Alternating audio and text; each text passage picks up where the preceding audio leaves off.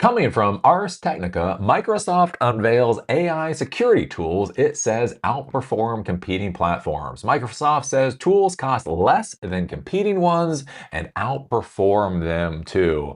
So I think this is going to be an interesting storyline to follow for the next couple of years in this whole AI revolution. Basically, the race between the quote unquote best artificial intelligence and the companies that have the most institutional knowledge within their particular verticals. And I think it's going to be curious to see where the actual value is at the end of the day. And I would argue at the end of the day, it's going to be the institutional knowledge. So I think about this from a conversation I had from a friend of mine years and years ago. So I had a friend of mine who was a CTO of an accounting firm, and basically the accounting firm was starting to do a lot of digital processes for their clients. So one of the cool things with accounting firms is they already had very deep relationships with businesses. There was a lot of security and stuff that already had to be done. And so basically, as these accounting firms were looking at growing, one of the things they started moving into was basically IT services, right? They were already a trusted company. They already had security policies. They already had these deep relationships. Why not purchase your IT services from the same place you're getting your accounting anyway, right? It made a lot of sense. And so one of the things he was talking about at that point in time was business intelligence. So business intelligence was really cool. Again, probably go back to about 2014, 2015 when I was having this particular conversation. And so what was happening is a lot of companies were trying to suss out value from all of their metrics, right? Everybody knew data was the new oil. Remember that phrase, when data was the new oil? Everybody knew data was the new oil. So they were just collecting tremendous amounts of data. But then, wait for it, they didn't really know what the hell to do with all that data. They had so much data, they had no idea what to do with it. So anyways, the idea with business intelligence is you go through and you try to sort through this data to try to find something valuable to give the executives so they can make their decisions.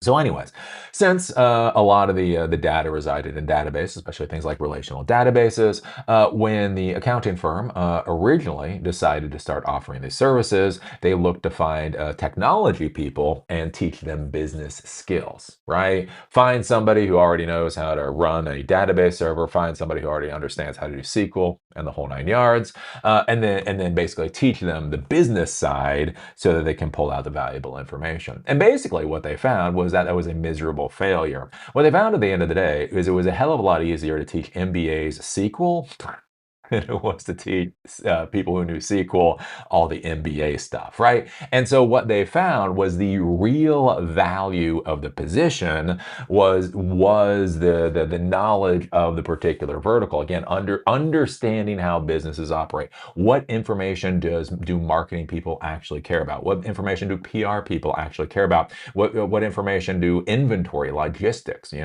see oh, what do they call it? Not chief logistics officers, chief. Anyways, right? Basically, what information those people actually care about. And once you know that information, and then what they would do is they would simply teach these people SQL, because you can teach people SQL in a day. It's pretty easy to teach, right? And so they know what information they're trying to look for, and then they would learn SQL, and then they'll be able to try to suss out the value there. And so basically, it was really interesting. There were a lot of these positions that previously would have been considered technology jobs, and basically just because of the distribution of technology and how the world changed, they were actually now business administration jobs or whatever else that simply had a deeper technological component. Why I think this is interesting is we were talking about Cisco previously. So Cisco Antares, I think is their model. They came out with a small language model in order to go through and look at code to find security vulnerabilities, right? So Cisco is obviously a technology company. They create a hell of a lot of code. One of the problems they have with their code is not necessarily finding zero-day attacks or finding new and novel vulnerabilities to code, but like just auditing reading their code and finding the vulnerabilities like everybody already knows about, right? So there's a whole bunch of security bulletins that go out. There's a whole bunch of information about code vulnerabilities that's already there. And so what they decided to do is they created this model. They have like two of these models. One's like a 350 million parameter model, and one's a 1 billion parameter model. And what these models do is they simply take all the alerts and all the notifications and all the known problems. They look at your code base and see if anything matches. And then basically, if there's a match for a problem, it pulls up that file and that chunk of code. It associates that with the security bulletin or whatever else so that you can then decide what to do. And what I thought was very interesting about that is this is an actual technology company that has actual real problems that determined what a particular problem was and then how they could go about trying to solve that particular problem. And then they came out with this solution, right? And you look at that, you look at what Cisco is doing, you look at what some of these other companies are doing, and then you look at this insanity of OpenAI, right? Sam Altman really believes that basically the frontier model is the most important thing. You gotta hyper focus on the frontier model. And as I've talked about many times before, okay, you're creating an ever more powerful model that is ever more expensive to run from a resource consumption perspective, but you're not focused on a specific problem. This isn't AI for a marketing department. This isn't AI for an HR department, right? This isn't AI for cybersecurity. This is just this AI that does a whole bunch of different things. And so what's interesting here with Microsoft is Microsoft's basically going down that Cisco route, is they are coming up with AI tools that specifically solve their problems. And as I've said before, right, as a technology professional, I don't care about frontier models. I care about solving problems. And so I think what's going to be very interesting, this whole AI race that is going on, is basically looking at the companies that have institutional expertise or industrial expertise as they start creating the tools specifically focused on the problems that they're dealing with versus this whole AGI horse crap. Again, my bias as far as AGI is concerned is that that's garbage. I think AGI is a really cool party trick. It is definitely something that universities and researchers should go and play with and see what they can do. But I highly question the actual value of AGI. So we go take a look at this. Microsoft is introducing new AI tools designed to help customers continuously streamline and automate the process of identifying and reducing their exposure to security risks. Microsoft's AI Cyber One Flash is the company's first AI model specifically trained to identify and fix security weaknesses. And again, think about that. Specifically trained to identify and fix security weaknesses. The other interesting thing with this, again, we start talking about things like institutional knowledge, is you look at Microsoft, right? And you look at the Microsoft stack, right? Microsoft stack is absolutely huge. Once you go Microsoft, it's very hard to get out the Microsoft stack. And one of the interesting things here is, right, they've got all the server services you want. They got all the services, right? They got the Exchange services, they've got the database services, they got the file services, they've got the routing remote access services, they got the Active Directory services. They have all of that kind of stuff within their particular ecosystem. The other interesting thing about this too, and this is where it's going to get interesting with artificial intelligence, is that so much of Microsoft's code is proprietary. You can't simply Google to see a huge chunk of Microsoft's code because it's internal to them and they don't make it public. So if OpenAI creates security tools basically to support Microsoft systems, no matter how good OpenAI is at creating those tools, there will be a tremendous lack in knowledge. There'll be a tremendous lack in observability into the Microsoft world simply because so many things are not publicly documented. Therefore, OpenAI cannot train their systems on anything they can't get a hold of. I think what's kind of interesting here is if you start looking at companies like Microsoft, if Microsoft creates AI systems specifically for security problems on Microsoft systems, what they can train their AI on is going to be the data set is going to be so much larger than what anybody else could train on.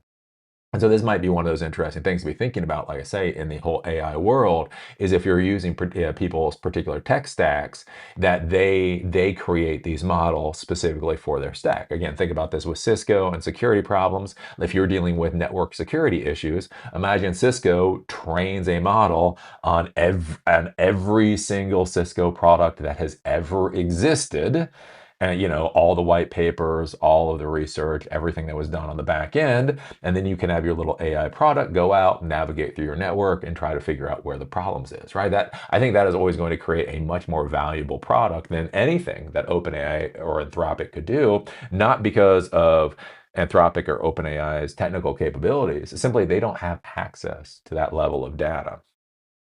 Let's see here.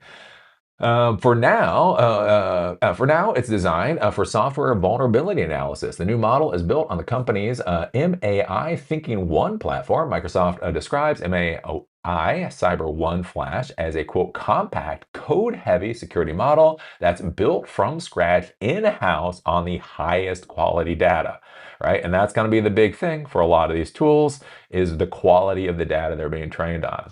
It's trained on the unique perspective Microsoft has acquired from decades of vulnerability patching and security incident responses involving a wide range of its products. The company says it processes more than 1 trillion security signals each day and gains insights from 1.6 million customers. And that's the other thing to be thinking about with this AI, right? One of the things we see with AI right now, whether it's Sam Altman wanting to scrape Reddit and that type of thing, or you know, Elon Musk trying to scrape Grok, or Meta trying to scrape everything that their employees are doing. One of the big questions to ask is what is that data? What problem is that data going to solve for? Like, because one of the things we hear is that data is valuable. These companies need all this data because obviously it's valuable. One of the big questions, that why is it valuable? And if you look at Microsoft here, right? If you're creating security tools, and if you're getting real-time data sets in that are specifically bringing in information about security issues and responses and all of that kind of stuff, that is going to be much better quality data to train on if you're creating a security tool, right? And it goes back to that whole thing of what the hell are we actually trying to solve for? Quote, because we can connect actions to outcomes, what was exploitable, what was contained, what was blocked, and what actually worked, we have more data. We have more than data, Microsoft said. MAI Cyber One Flash is integrated into M-Dash, a multimodal agentic scanning harness introduced in May. The harness combines 100 security-trained AI agents to discover exploitable bugs in applications. And again, this goes back to the whole thing of, do you really want one single powerful AI system, or do you want a tremendous number of very narrow AI systems? And then you can pick, or there's some kind of automated system that can pick basically the system that is most appropriate for any specific task. So anyways, that is what's going on in the Microsoft world. And I think it makes a lot of sense. If you are on the Microsoft stack, I would be excited. I think this actually looks pretty darn good. And if you're not on the Microsoft stack, I think this is the type of technology that is going to be coming down the pike, right? Much more narrow AI tools to fix specific problems that are trained on data that's appropriate for fixing those specific problems. Their performance is going to be a hell of a lot better. The outcomes should be a hell of a lot better. And the resource consumption should be a fraction of running any of these frontier models or any of this other garbage. And this goes back to my whole point about questioning the value of these trillion-dollar quote unquote artificial intelligence companies, right? Basically, if you look at Microsoft, Microsoft already has the customers and the products, right? Microsoft has products. Google has products. Amazon has products. Apple has products. OpenAI has technology. People don't buy technology, they buy products. And what we're seeing is that for so many of these companies that have products that they are disengaging from OpenAI, right? This should be a slam dunk for OpenAI. OpenAI had a great relationship with Microsoft for a while there.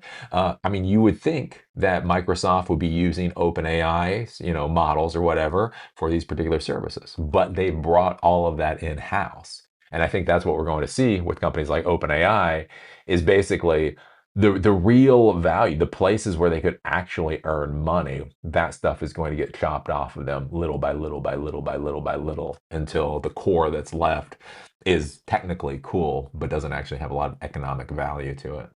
So, anyways, what do you think about this? What do you think about Microsoft unveiling AI security tools trained on Microsoft products, trained on Microsoft data, focused on very specific tasks? Do you think that is a winning combination? Put your thoughts down below. If you like these episodes, remember they're on Spotify and on Apple Podcasts. Link is down below. If you want to follow me on LinkedIn, there's a link down there too. With that, see y'all later.